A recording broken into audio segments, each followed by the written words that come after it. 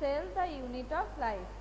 In my previous class I have completed up to the cell membrane, cell wall, and I have started the endomembrane system, and I have discussed about that in the endomembrane system it is having, that means some systems are interconnected as their functions are interconnected, and these are considered as endomembrane system. So under the endomembrane system we have got 4 main cell organelles. What are they? Endoplasmic reticulum, Golgi body, lysosome and vacuole. So in my previous class I have discussed about the endoplasmic reticulum and Golgi body. Today I will discuss the another two parts of endomembrane system, that is lysosome and vacuole. So first topic is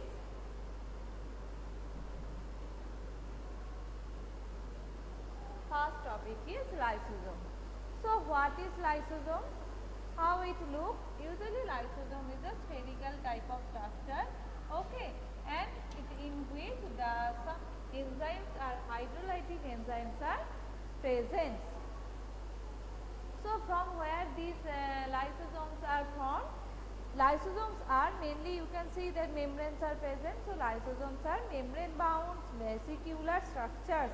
You can see that it is a vesicular structures and membranes are present. So we can call it lysosomes are membrane bound vesicular structures, and it is formed by the packaging of the Golgi body. Lysosomes can be formed by the packaging or by the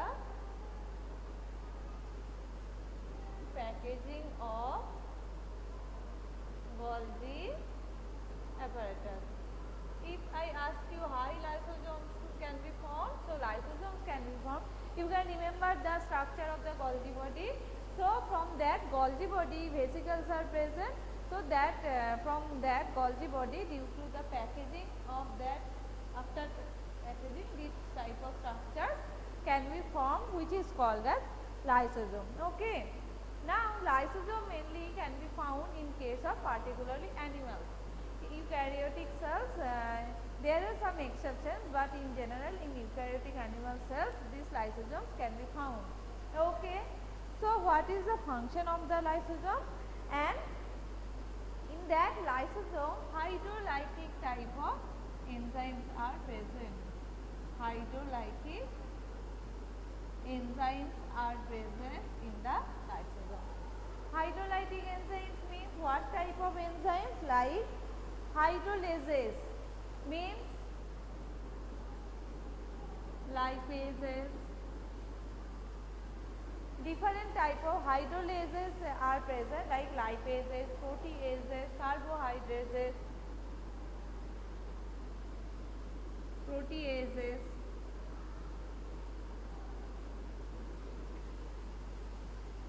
carbohydrases. These are the different hydrolases, or you can call it hydrolytic enzymes. Nucleases, okay, like that there are different types of hydrolases enzymes are present. These are the some examples. You can understand with the name that lipases will break down the lipid, proteases will break down the protein, carbohydrates will help in the breakdown of carbohydrate, nucleases will help the breakdown of nucleic acid. Like that these type of hydrolytic enzymes are present in that. And there is a important part, that is these enzymes are activated by a particular pH. These enzymes are not activated all the time. For the activation of that enzyme, an acidic pH is required. pH should be acidic so that the enzymes can act. Okay. Now I have mentioned that what are the function of these enzymes, that they are capable of digesting carbohydrate, protein. Another one what I have mentioned, nucleases, carbohydrate, protein, lipid, nucleic acid. Now this lysosome may be of 4 types. What are they?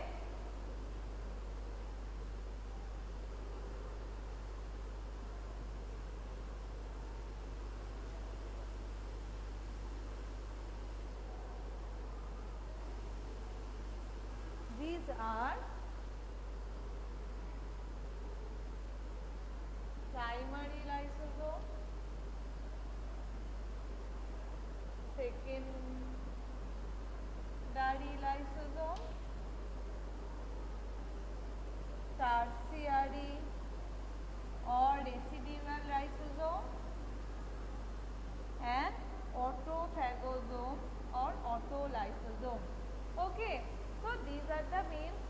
types of lysosome can be found. So, by which or what are the bases by which we can find out this type of lysosome? In that lysosome, first the enzymes are present in active form. Okay, when something will be something that will need to be digested, then the inactivated lysosome will be activated. So, in that primary lysosome, that means the first form lysosome is primary lysosome, and in that lysosome inactive enzymes are present in the primary lysosome.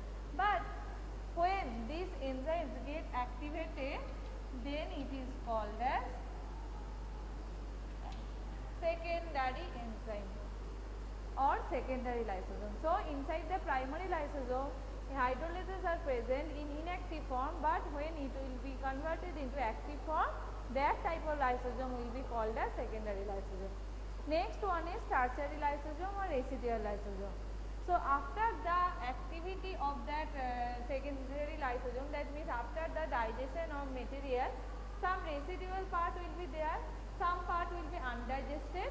So, when the lysosome with that undigested material is called as tertiary lysosome, with undigested material. And what are the autophagosomes? When the cell is not performing its proper function or some damages are over there, that time cell will destroy it. Okay, so particularly lysosome part will destroy the cell and it will engulf or it will digest its own cell. That's why it is called as autolysis or autolysosome or autophagosome. Okay, and that's why lysosome is also called as suicidal bag. In class 9, all of you have read about that why lysosomes are called as suicidal bag. You know the answer? That's the cause. That's why lysosome is called as suicidal bag. And these are the different 4 types of lysosome. Now, let me show you how these are working.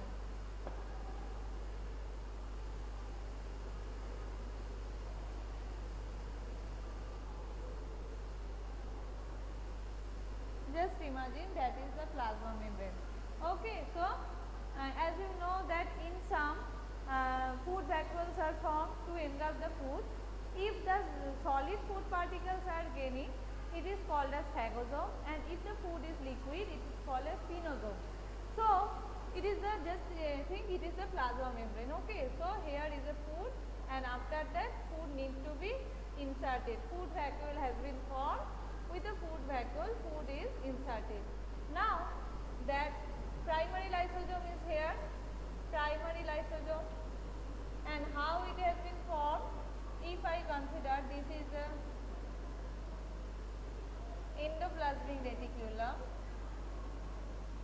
from that endoplasmic reticulum proteins will be formed, and that one will reach to the Golgi apparatus, and this protein will be packaged inside that Golgi apparatus, and it will form the vesicle, which will be considered as with the hydrolytic enzyme, and that one will be considered as primary lysosome.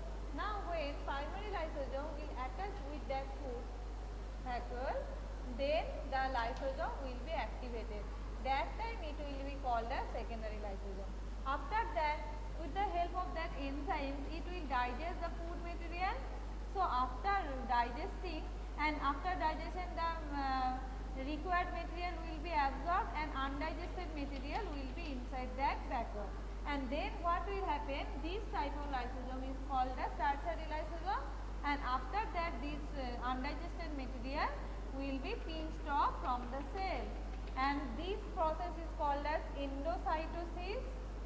This process is called as endocytosis, and the exit of undigested material from the body is called as exocytosis.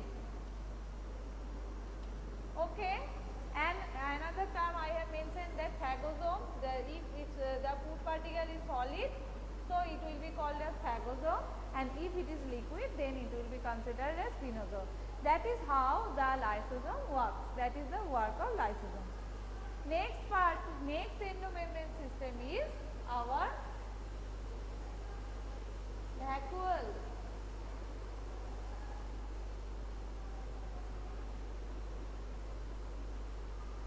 Next is vacuole. So what is that? Vacuole is also a membrane bound structure. Where it can be found? It can be found particularly in the cytoplasm. As you have seen that when you have drawn a plant cell, so this type of structure you have drawn, and inside that a large central vacuole you have seen. Inside that a large central vacuole, that means 80 to 90% space of the cell is occupied by a large central vacuole, and you can see that this is the membrane bound structure and it contains water, some excretory products, cell saps and some materials which are useful for the plants. So vacuoles mainly can be found in case of plants. It cannot be this type of vacuoles cannot be found in animals, but in animals some small size vacuoles will be found. I will discuss it. First, let me tell you that this is the large size vacuoles of plants. So what are the composition? That water, cell sap, some undigested material or some essential material may be present inside the vacuole, and the vacuole is covered with a single membrane. As you can see that it is not double membranous structure, only single membrane is present in this vacuole, and this single membrane is called as tonoplast. The single membrane of the vacuole is considered as tonoplast. Okay, and as I have mentioned that in plants the vacuole covers the 80 to 90% of the plant space of the plant cell, and in plants the tonoplast facilitates the transport of number of ions and other materials against the concentration gradient. In plants this tonoplast is having a role. What is the role? That this tonoplast facilitates the transport of number of ions and other materials against concentration gradient. You have to remember that point, that this transport will be against concentration gradient. Okay, and where? Into the vacuole. So the concentration is significantly will be higher in the vacuole than the cytoplasm. So the concentration will be inside the vacuole will be considerably higher than the cytoplasm. Why? Because of that movement, I am repeating that in plants tonoplast facilitates the transport of number of ions and other materials against concentration gradient. Hence the pressure or the concentration is significantly higher in vacuoles than cytoplasm. Okay, and these vacuoles are by this is maintaining the shape and rigidity of the plant cell. Now this type of vacuole mainly can be found in plants, but in animals some vacuoles are present. These are called as food vacuole, gas vacuole, contractile vacuole. So what are they? Gas vacuole, food vacuole,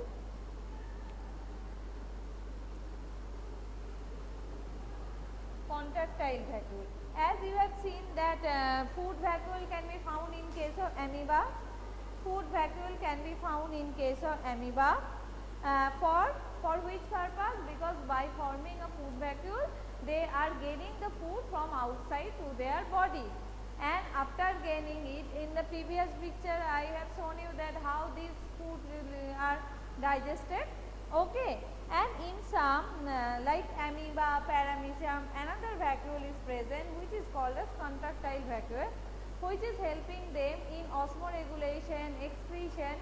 It looks like that. If you see the paramecium, it is a two-cell structure, cilia will be found here, and in that position you will be able to find this type of structure.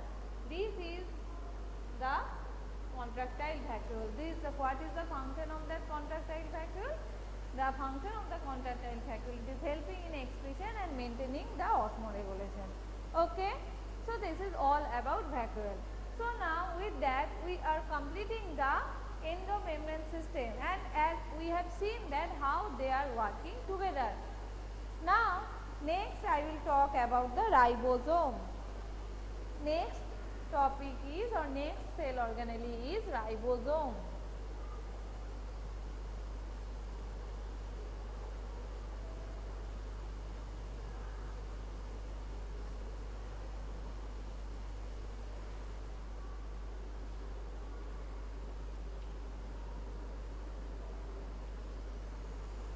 So ribosomes are the granular structures first observed by electron microscope by the scientist George Faraday.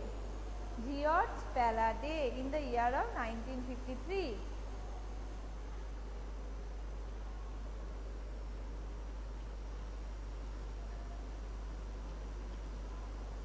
Scientist George Faraday in the year of 1953, in the cytoplasm of the cell, some granular type of structures has been found, and after him it was named as ribosome. Okay, and ribosomes are not membrane bound structures. Membranes are absent in case of ribosome.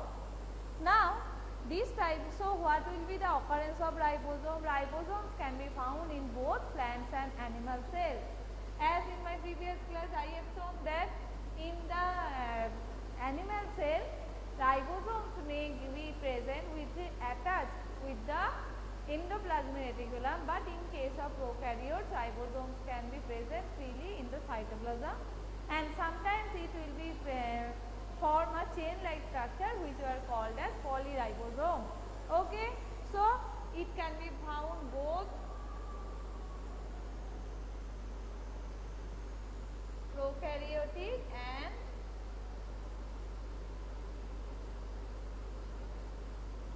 it can be found both in prokaryotic and eukaryotic cells, right? And I am repeating that what is the position in case of prokaryotic cells. In case of prokaryotic cells, it will be present in the cytoplasm.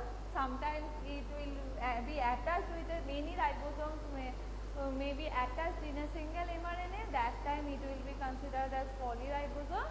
Or in case of eukaryotes, ribosomes will be attached with the endoplasmic reticulum, and that time it will be called as rough endoplasmic reticulum or RER. Okay, and ribosomes are composed of ribonucleic acid, protein, and are not surrounded by any membrane. These are not membrane bound, as I have mentioned earlier. And what are the another features? That in that ribosome it is composed of ribonucleic acid, that means RNA and protein. RNA and proteins are present in that ribosome, and another in that ribosome may be present in some chain organelles. Okay, so it can be present in mitochondria. When the ribosome is, mitochondria is cell organelle, but ribosome can be present within that cell organelle.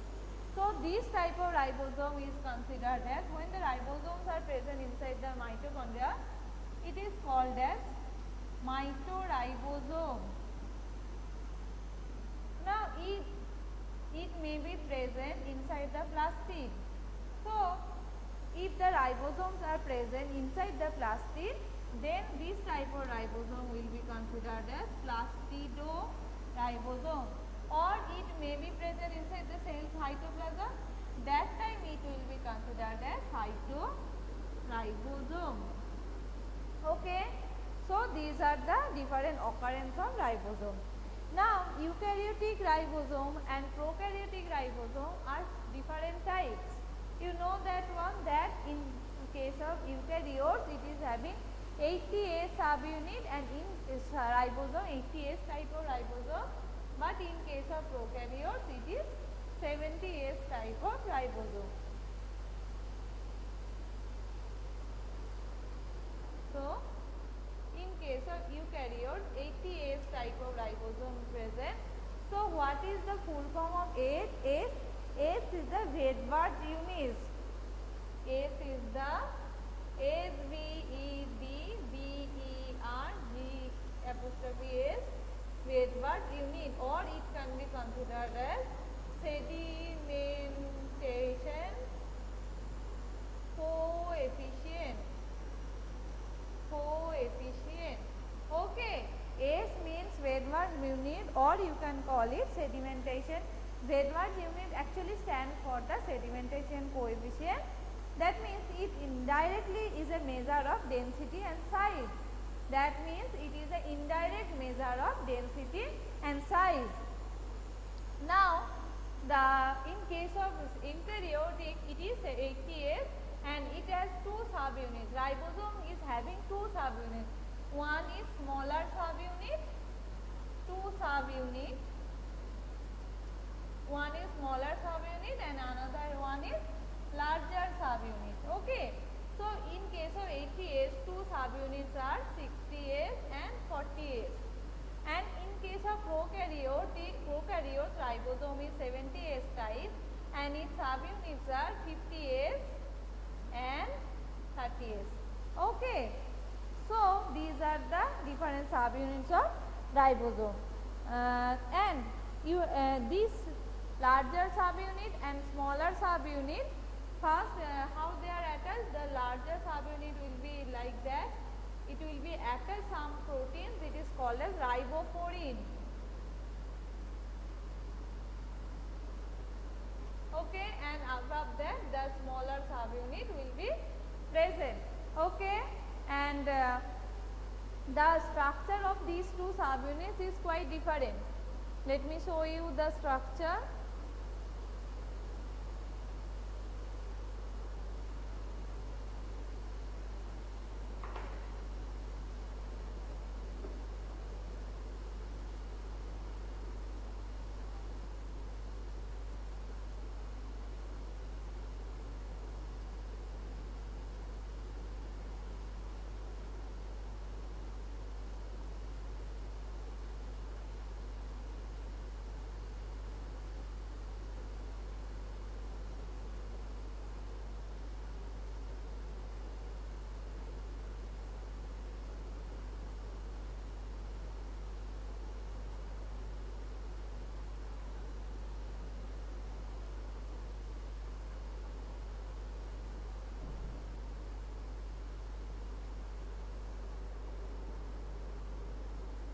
That is the structure of the 50S subunit. In case of 50S subunit, it is having mainly 4 parts.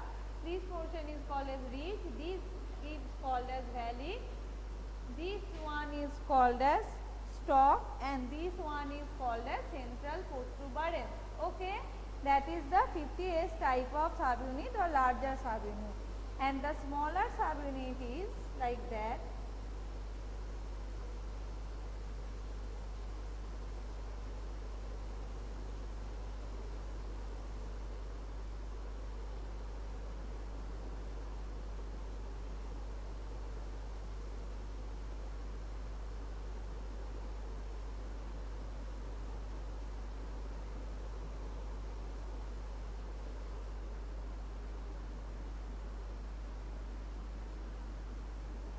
And that is the structure of the 30S subunit.